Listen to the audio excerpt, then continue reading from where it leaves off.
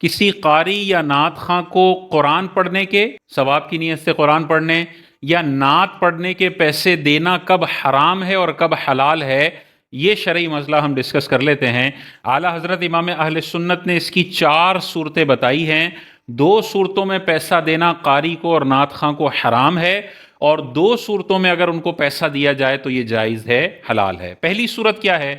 کہ اگر نعت خواں قاری صاحب محفل میں آ کے قرآن پڑھنے یا نعت پڑھنے کے صراحتاً پیسے مانگتا ہے، یا اس کا اسسٹنٹ پیسے مانگتا ہے کہ بھئی ہدیہ کیا ہوگا، کتنے پیسے دیے جائیں گے، تو ایسا مطالبہ کرنا حرام ہے، اور یہ طاعتوں پر اجرت ہے، اور طاعتوں پر اجرت لینا حرام ہے، ناجائز ہے۔ ایسے نعت خواں کو بلانا بھی منع، اور ایسے نعت خواں کو لفافہ اور پیسہ دینا بھی منع۔ جو صراحتاً نعت اور قرآن پڑھنے کے پیسوں کا مطالبہ کرے، وہ نہیں کر رہا تو اس کا بچہ جھمورا ہے، اسسٹنٹ ہے، اور وہ ہدیہ بولتا ہے کہ ہدیہ کتنا دیا جائے گا، حقیقتاً وہی ٹریڈنگ ہو رہی ہوتی ہے اور پیسہ مانگتے ہیں، یہ حرام ہے، اس طرح سے نہیں کرنا چاہیے۔ دوسرا ہے دلالتاً، صراحتاً وہ نہیں مانگتا لیکن دلالت ہے، ایسے ماحول بنا ہوا ہے کہ جب بھی یہ جاتا ہے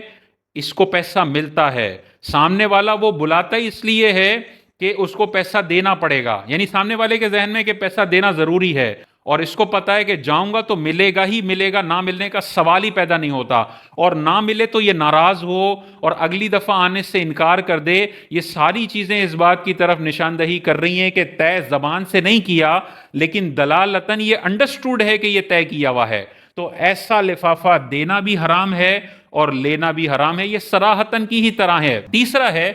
نہ صراحتاً کوئی بات ہوئی ہے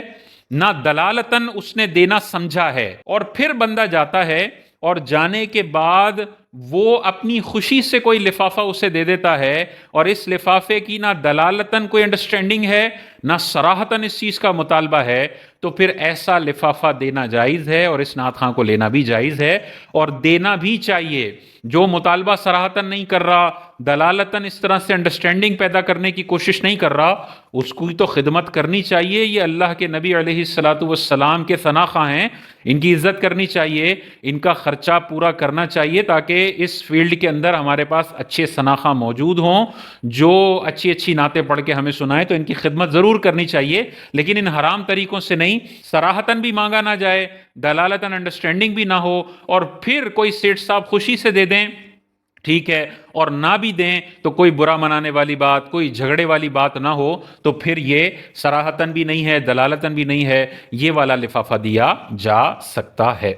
اور مثال کے طور پر وہاں پہ دلالتاً ہے، انڈرسٹوڈ ہے کہ دینا ہے، تو اب کیا کریں، نعت خواں وہاں جائے یا نہیں جائے؟ تو وہ چلا جائے لیکن صراحتاً ان کو انکار کر دے فون پہ کہ بھئی ہم لفافہ نہیں لیتے، آپ لفافہ نہیں دیجئے گا۔ تو اب دیکھیں، صراحتاً اس نے مانگا بھی نہیں، اور جو دلالتاً ایک انڈرسٹینڈنگ بنتی تھی کہ ہمیشہ سیٹ صاحب دیتے ہیں، اس کو بھی اس نے صراحتاً انکار کر دیا۔ اب یہ چلا جائے، اور جانے کے بعد اگر سیٹ صاحب اس کے منع کرنے کے باوجود بھی دیتے ہیں تو پھر یہ والی سچویشن آ جائے گی، اس کے لیے بھی لینا بالکل بھی جائز ہے، کوئی حرام والی بات نہیں ہے۔ اور چوتھی صورت جو اعلیٰ حضرت امام اہل سنت نے اس کی جائز ہونے کی لکھی ہے، وہ یہ لکھی ہے کہ اگر نعت خواں اور جو بلانے والا بندہ ہے وہ نعتوں پر اجارہ نہ کریں بلکہ وقت کا اجارہ کر لیں،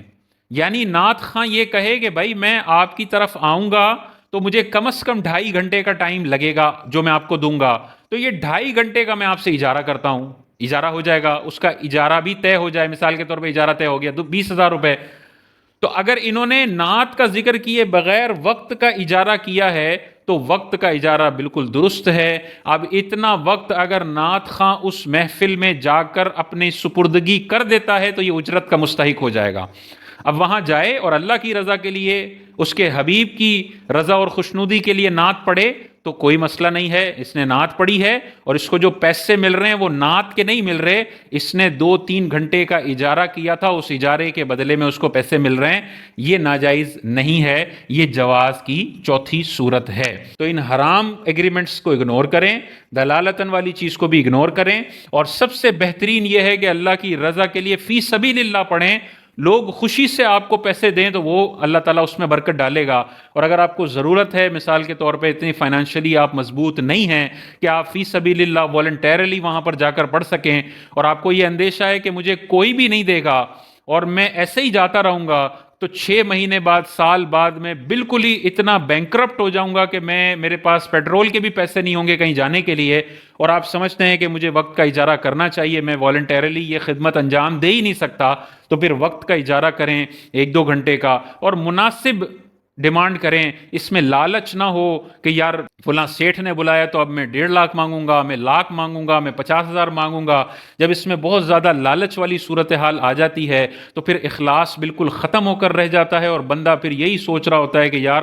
فلاں سیٹھ کے گھر پر جاؤں گا لیکن فلاں غریب کے گھر پر جا کر پڑھنے کی میں سعادت حاصل نہیں کروں گا۔ جب اس طرح کی سوچ آ جائے کہ یار غریب بھی تو مجھے 10,000 کا لفافہ دے رہا ہے، میرا آنے جانے کا پیٹرول تو 5,000 کا لگے گا، لیکن میں خود سے غریب کو ریجیکٹ کر کے سیٹھ کی محفل کو قبول کر لوں کہ وہاں 2 لاکھ کا لفافہ ملے گا، ذرا پی آر بھی بن جائے گی، سارے مشہور لوگ آئیں گے، اور جہاں مجھے یہ بلا رہے ہیں وہ تو گلی کی محفل ہے، گرمی بھی ہوگی، اسپیکر بھی اچھا نہیں ہوگا، سامنے بھی بیچاری غریب عوام بیٹھی ہوئی ہوگی، تو 10,000 کا لفافے والے کو ریجیکٹ کر دیتا ہوں اور 2 لاکھ پہ چلا جاتا ہوں۔ یہ مناسب طریقہ کار نہیں ہے۔ اس کے ذریعے پیسہ لیا تو جا سکتا ہے، لیکن اس کو اس طرح سے مس یوز کرنا کہ نعت کو انسان بزنس ہی بنا لے، یہ بھی مناسب طریقہ کار نہیں ہے۔ نعت خوانی کو حضور علیہ الصلوۃ والسلام کی محبتیں بانٹنے کے لیے اور آپ کی شان و عظمت کے اظہار کے لیے محافل میں جانا چاہیے، نہ یہ کہ ایک لالچ دل میں ہو کہ میں جاؤں گا تو مجھے اتنے لاکھ مل جائیں گے، پھر یہ گاڑی لے لوں گا، پھر یہ گھر لے لوں گا، پھر ایک مہینے میں 20 محفلوں میں چلا جاؤں گا